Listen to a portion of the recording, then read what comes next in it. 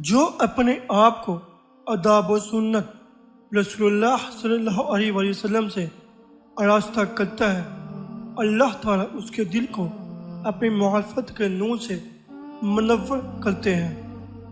اللہ رسول کے احکام و اخلاق کی موافقت سے بڑھ کر کوئی درجہ نہیں۔ اللہ تعالیٰ کو ہر وقت یاد رکھنا سب سے بڑی عبادت ہے۔ اسباب پر بھروسہ کرنے سے تکبر پیدا ہوتا ہے، ہمت والا کامیاب ہوتا ہے اور صرف ارادہ رکھنے والا ناکام ہوتا ہے۔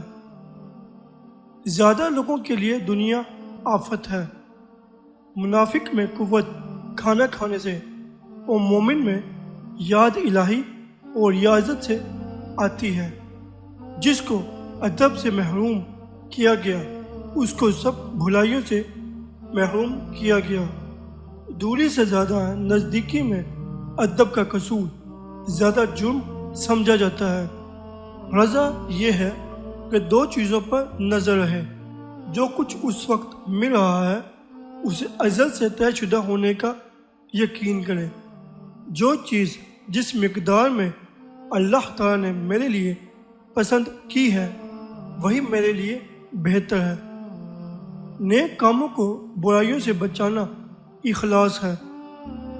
تقوی کا ظاہر اللہ کی حدود کی حفاظت اور گناہ سے بچنا ہے، اور تقوی کا باطن اخلاص ہے۔ ظاہر میں لوگوں کے ساتھ اور باطن میں اللہ کے ساتھ رہو۔ نماز، روزہ، مجاہدہ، محاسبہ، موازنہ، سخاوت سے اتنا بلند درجہ نہیں ملتا جتنا خوش اخلاق سے۔